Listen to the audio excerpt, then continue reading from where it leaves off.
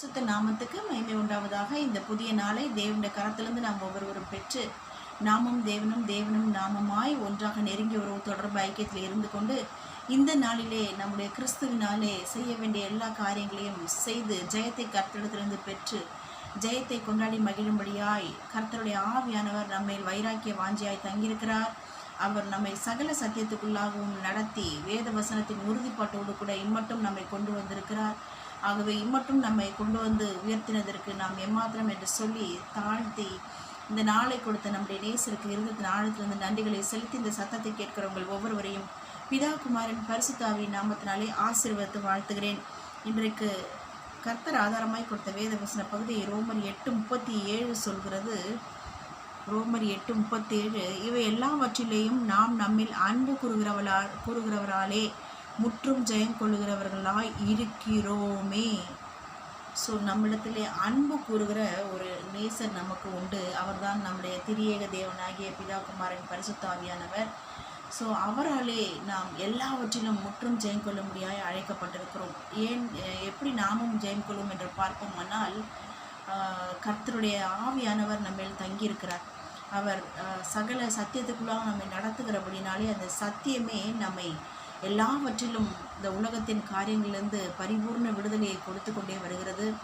ஆகவே சர்வ வல்லமுள்ள தேவன் உலகத்தில் இருக்கிறவனும் நமக்குள் இருக்கிறவர் பெரியவராக இருக்கிறபடினாலே அவருடைய அடையாளங்களை அச்சாரமாய் நம்முடைய சரீரத்தில் பெற்றிருக்கிற நாம் தொடர்ந்து அவரை போலவே இயேசு எப்படி சகலவற்றையும் ஜெயித்தாரோ நாமும் சகலவற்றையும் ஜெயித்து complete conqueror of the world என்று சொல்லத்தக்கதாய் கர்த்தர் நம்மையும் நம் பிள்ளைகளையும் நம் குடும்பங்களையும் நிறுத்தத்தான் செய்வார்.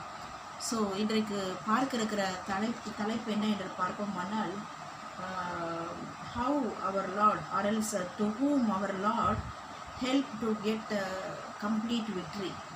ஸோ ஒரு பூர்ண அல்லது ஒரு என்ன சொல்கிறது, முற்றும் ஜெயம் கொள்கிறவராய் கர்த்தர் யாரை நிறுத்துகிறார், யாருக்கு அப்படி உதவி செய்கிறார் என்று பார்ப்போமானால், the one who has the Holy Spirit or Holy Special Spirit inside of them, யார் கர்த்தருடைய ஆவியானவரை தனக்குள்ளாக வைத்து அவரை ஆப்ரேட் பண்ணி கொண்டே இருக்கிறார்களோ, ஸோ யார் ஆவியினால் தேவ ஆவியினால் நடத்தப்படுகிறார்களோ, ஸோ அவங்க முற்றும் ஜெயங்குள்ளவர்களாக இருக்கத்தான் செய்வார். கர்த்தர் பரிசுத்த ஆவியானவர் உதவி செய்வார். So the Holy Spirit who is inside of us will leading into the the proper channel to reach our destination without fail, and also he is leading us in the green pastures, and he is always leading in the right channel. So we surely we will reach our goal.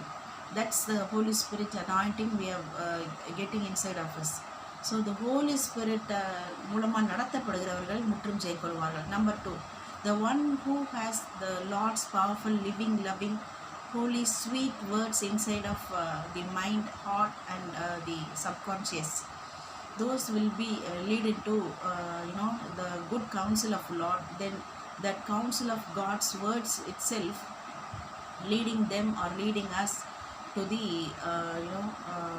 prosperity or to get the growth upon growth and prosperity upon prosperity, because of we are walking according to the God's words which is inside of our mind, heart and thought. So the holy words surely will making us to get success upon success completely.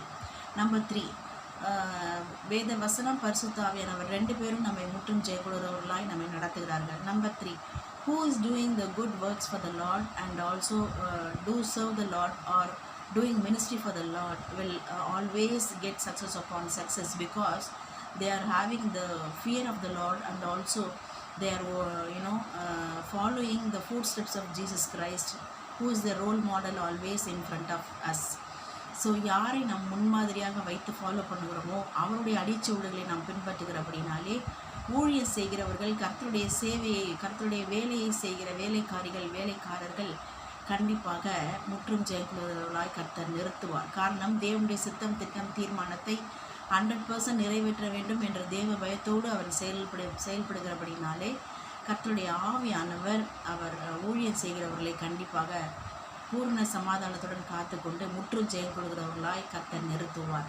Number 4, to whom our Lord helped to get complete success என்று பார்ப்போமானால், Fourth one, whose life or whose character or whose attitude or whose behavior is become a role model or living testimony or living witness for others who are all surrounding us.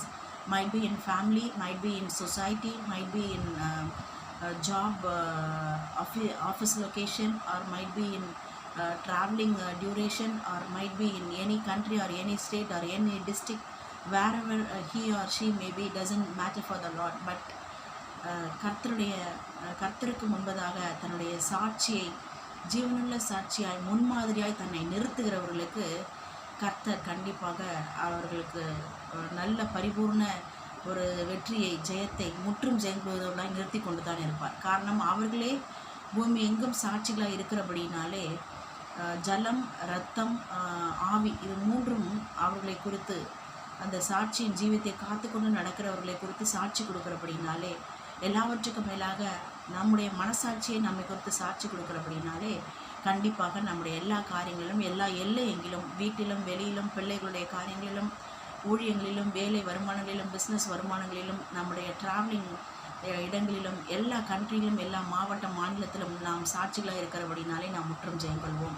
Number 5, யார் முற்றும் ஜெயம் கொள்கிறவர்களாக இருப்பார்கள் என்று பார்ப்போமானால், the one who always steadfast in prayer, or personal prayer, or group prayer or team prayer, whatever it may be, but இடைவிடாமல் ஜபத்திலே தரித்திருங்கள் என்று சொன்ன தேவனுடைய அந்த ஜபத்திலே, அது ஆவிக்குரிய ஜபத்திலே, அதுவும் உபவாச ஜபமோ அல்லது தனித்திருந்த ஜபமோ அல்லது கூடி ஜெபிக்கிற ஜபமோ அல்லது குறிப்பாய் கருத்தாய் ஜெபிக்கிற ஜபமோ, சோர்ந்து போகாமல் ஜெபிக்கிற ஜபமாக இருக்கலாம், அல்லது போராடி ஜெபிக்கிறதா இருக்கலாம், குறிப்பாய் கருத்தாய் ஜெபிக்கிறதாக இருக்கலாம், இடம் அசையத்தக்கதாய் ஜபத்தின் வல்லமையை வெளிப்படுத்துகிறதாக இருக்கலாம், அல்லது வானம் திறக்கத்தக்கதான ஜபமாக இருக்கலாம், அல்லது கர்த்தர் நமக்கு வெளிப்பாடுகளையும் தீர்க்க தரிசனங்களையும் கொடுக்கிற வல்லமையை தரித்து கொண்டு வெளிப்பாடு தீர்க்க தரிசனங்களை வெளிப்படுத்துகிற ஜபமாக இருக்கலாம். ஜபத்தின் டைப்பில் எத்தனையோ வகையான ஜபங்கள் இருந்தாலும்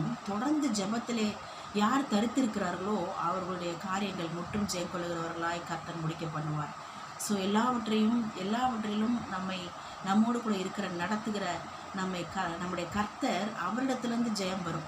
குதிரை யுத்த நாளுக்கு ஆயத்தமாகும், ஜெயமோ கர்த்தரால் வரும் என்று சொன்னவர், கிழக்கிலிருந்தும் மேற்கிலிருந்தும் ஜெயம் வராது, ஆனால் கர்த்தரிடத்திலிருந்து ஜெயம் வரத்தக்கதாய் கர்த்தரே நம்மை நடத்துகிறபடினாலே தொடர்ந்து நாம் எல்லாவற்றிலும் முற்றும் ஜெயம் கொள்கிறவர்களாய் உலகத்தை, மாம்சத்தை, பிசாசை, இரண்டாம் மரணத்தை, நரகத்தை, பாதாளத்தை, பாவத்தை, சாபத்தை, தரித்திரியங்களை, வறுமைகளை, கடன் பிரச்சனைகளை, பலவீனங்களை, சோர்வுகளை, பயங்களை, குழப்பங்களை, சந்தேகங்களை, சிறையிருப்புகளை, எல்லா உபத்திரவங்களை, பாடுகளை எல்லாவற்றையும் நாம் ஜெயித்து இயேசுவை போல முற்றும் ஜெயம் கொள்கிறவர்களாய் நாம் பிரகாசிக்கத்தான் செய்வோம். ஆகவே நாம் எல்லா இடங்களிலும் உப்பாய், விளக்காய், வெளிச்சமாய் பிரகாசிப்போம். கர்த்தர் தாமே எல்லாவற்றுக்கும் மேலாக மகிமைப்படுவாராக.